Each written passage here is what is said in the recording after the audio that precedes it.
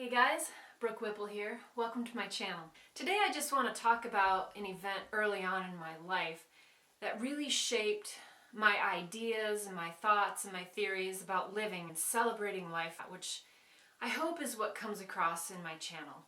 Out of high school, I totally knew I wanted to move to Alaska. It was just this dream of mine to move someplace really wild, someplace that just embodied wilderness and all of the adventure that would go with it. I was going to a community college, still living at home for a couple years, completely disenchanted, completely unsatisfied with where I was and what I was doing. I wanted to just be a wanderer and an adventurer, and that doesn't seem to work out with like a career track. I wanted to go to the mountains. I wanted to go to the wilderness. I wanted to go to Alaska. And I just figured I just need to go. So with very little money, and that means about $200, and a backpack full of camping gear, I bought a ticket to Alaska. I flew into the Anchorage airport about 1 o'clock in the morning, slept on the floor by some chairs until morning, and I caught a shuttle bus to the town of Homer, which is on the Kenai Peninsula. Beautiful place. I had no plan. I had no job. I didn't know where I was going to sleep. I didn't know what I was going to do, but I was in Alaska. I was finally where I really wanted to be. I was totally flying by the seat of my pants, and I was loving every minute of it. Because you're fully engaged, you're fully aware of your dream when you're making it up as you go along. It's very invigorating. It's very exciting. So with no plan, I asked the shuttle bus driver, any idea where I could sleep tonight? And he told me about this bed and breakfast that had like a bunk room. $15 would get me a night in a bunk and a meal, a breakfast in the morning. I was like, cool. So he dropped me off there. I ended up making friends with this bed and breakfast owner. She was a wonderful lady. And here I was, I didn't have a plan at all. But I said, you know what? You need me. I can help you at this bed and breakfast. Why don't you let me pitch my tent on your property? And in exchange, I'll clean rooms. I will scrub the bathroom. I'll help you make breakfast, whatever. And she went for it. So I bartered my way into my first job in Alaska, and I also made it happen with some living arrangements. So after I had paid for my night, I pitched my tent on her property, and then I started helping her with the bed and breakfast. I ended up even running the place. Towards the end of the summer, she took off and put me in charge. It was pretty cool. Well, that still doesn't solve the problem that I only had $200. I needed a job. The next thing I did was find a bike for sale. I bought a bike for $50, and then I found a job. I worked at a fishing shop out on this spit of land. It's called the Homer Spit. It was 5 miles from the bed and breakfast. I would just ride my bike every day to work, back and forth the 5 miles. So I got 10 miles a day of bike riding. And then I would go back and work at the bed and breakfast, sleep in my tent, and that was the arrangement. And what that experience did,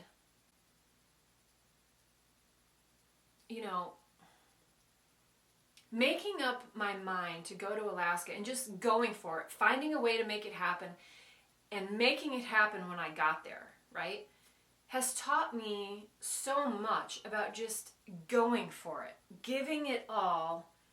Whatever it is that you are passionate about and whatever it is you want to make happen, that you actually can do it. We are so bound by the world's expectations of us and the societal norms and what is considered safe and logical. How am I going to make this happen? Well, you should save up a certain amount of money. You should have a plan.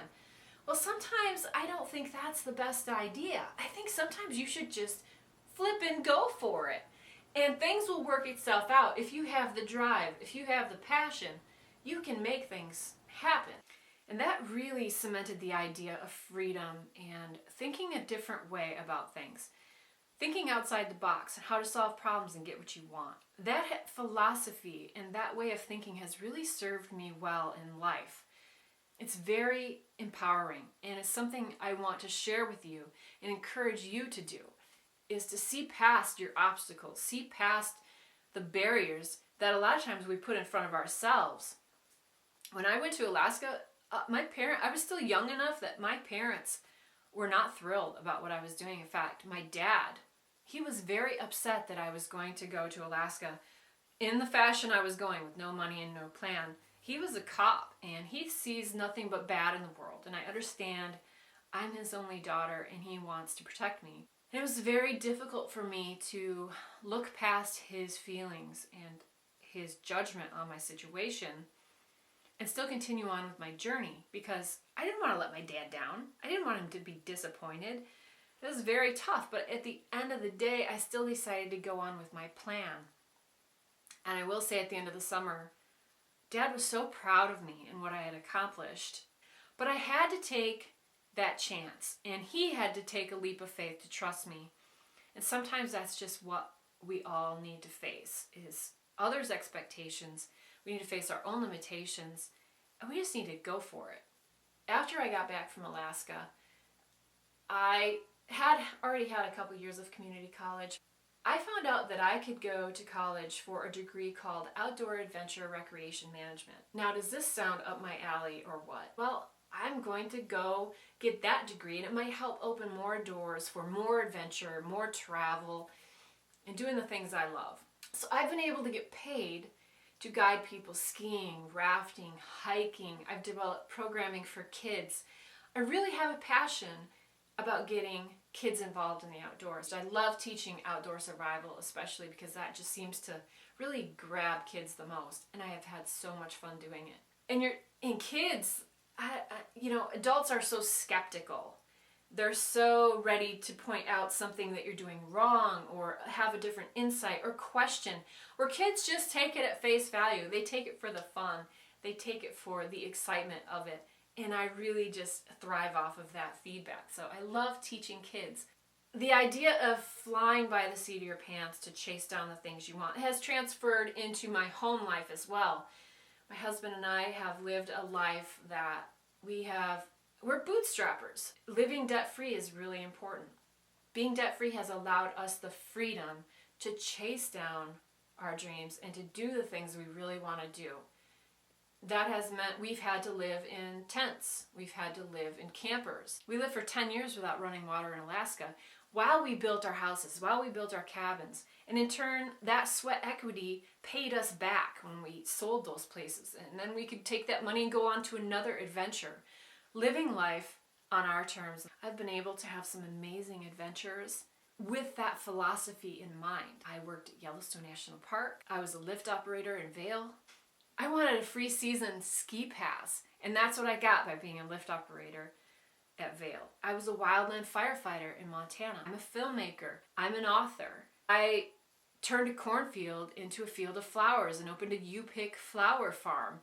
I got to work on a log raft on the Yukon River. I got to be on a TV show on a log raft on the Yukon River with the National Geographic Channel. And I'm not saying this to brag. I'm just saying, if you follow your passions and you surround yourself with like-minded people, amazing things can happen. I'm living proof of that. So that whole summer that I spent living in my tent in Alaska was just like the blinders came off. Like, anything is possible. Anything that I can think of that I want to do, I can make it happen.